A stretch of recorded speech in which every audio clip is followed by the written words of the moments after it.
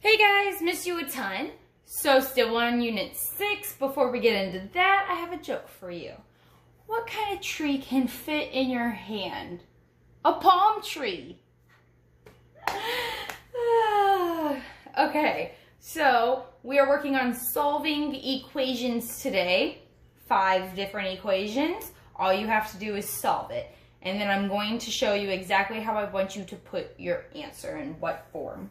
Okay, so first we're going to start with 3 plus x equals 19.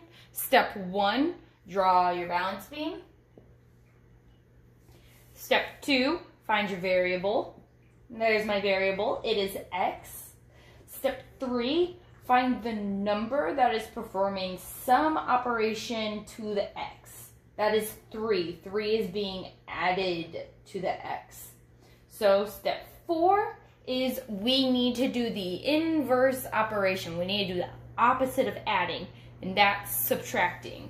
So I'm going to subtract 3, and whatever I do to one side, I have to do to the other. So 3 minus 3 is 0. Those cancel each other out. And all we're left with is x.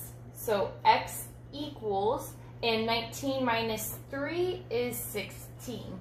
So when you enter your answer on the Google form, I want you to put it in the term of x equals 16, or whatever variable equals your solution. Okay, let's jump over and let's do the subtraction. So y minus 13 equals 7. Step 1, draw your line. Step 2, variable. There it is, it's the y. Step 3, the number. That is 13, and it is subtracting the y. So it's y minus 13. So I need to do the opposite of subtraction. The opposite of subtraction is addition. So I'm going to add 13. Whatever I do to one side, I have to do to the other. So really, 13 minus 13, these just cross each other out, and we're left with a y equals, and so 7 plus 13 is a good old 20. So our solution is y equals 20. Okay, those are really easy. We're getting a little bit harder. So we have, bless you Zeus, we have 9t equals 81. So this just means that the 9 right here and the t, those are multiplying each other, okay? So let's still start with step 1, draw our line. Step 2, the variable, that's the t. Okay, step 3, the number, that's the 9. We don't see the symbol for what it's doing, but remember, when you push a number and a variable together, that's multiplying. So the 9 is multiplying the t. What's the opposite of multiplying? Dividing. So I need to divide both numbers by 9. I'm showing my division as fractions, okay? So 9 divided by 9 is 1. So the 9's cross each other out. We have t left, and 81 divided by 9 is actually 9 still. Okay, so we have our solution of t equals 9. So we're going to go over here. Step 1, line. Step 2, variable, which is the r. Step 3, the number, the 6. Now what exactly is the 6 doing to the r? Well, it looks like a fraction. And so it looks like a fraction, and so we know that fractions, we did it over here. Fractions are just division. So the opposite of division is multiplication. So I actually need to multiply by 6. Those 6 cross each other out. We're left with an r equals 2 times 6 is 12. So our answer, r equals 12.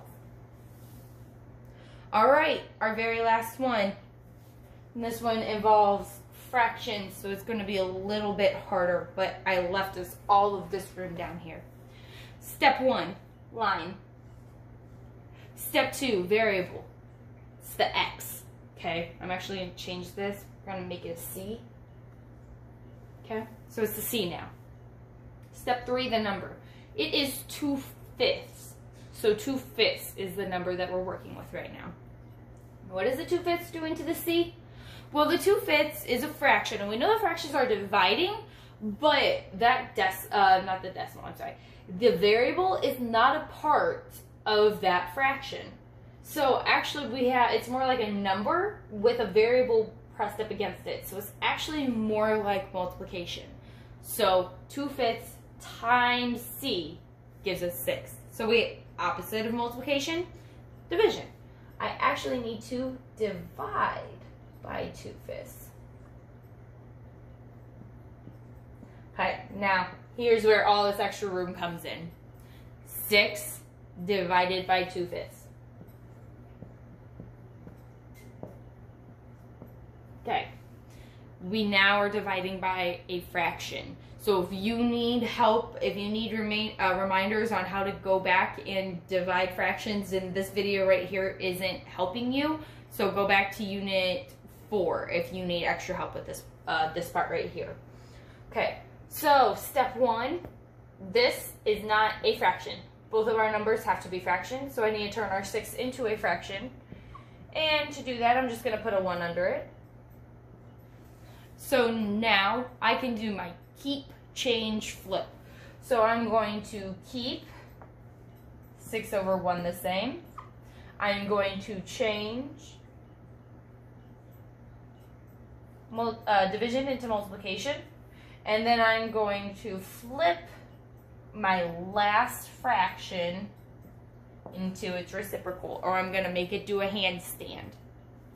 Okay, so from here, it's just multiplying, and multiplying fractions means we just multiply straight across. So this is 30, because 6 times 5 is 30, over 1 times 2 is 2. So 30/2, 30 halves. So we can simplify this, and I actually would appreciate it if you did simplify this, because it comes out to such a nice number. So, before we do that, okay. So 30 divided by 2 is actually 15. So 15, what number did we just get? We just did a lot of math, and now we're a little off track. What is this number? Okay, so remember, 6 divided by 2/5, we got equals 15. So coming back here, 6 divided by 2/5. So C actually equals 15, and that's our solution. Our solution is 15. Okay, so this is the form. I want you to put your answers in on the Google form. That variable equals whatever variable is being used in the equation. Make sure to put it with your solution, okay? All right, if you have any questions about this, please let me know. Have a great day, guys. Bye.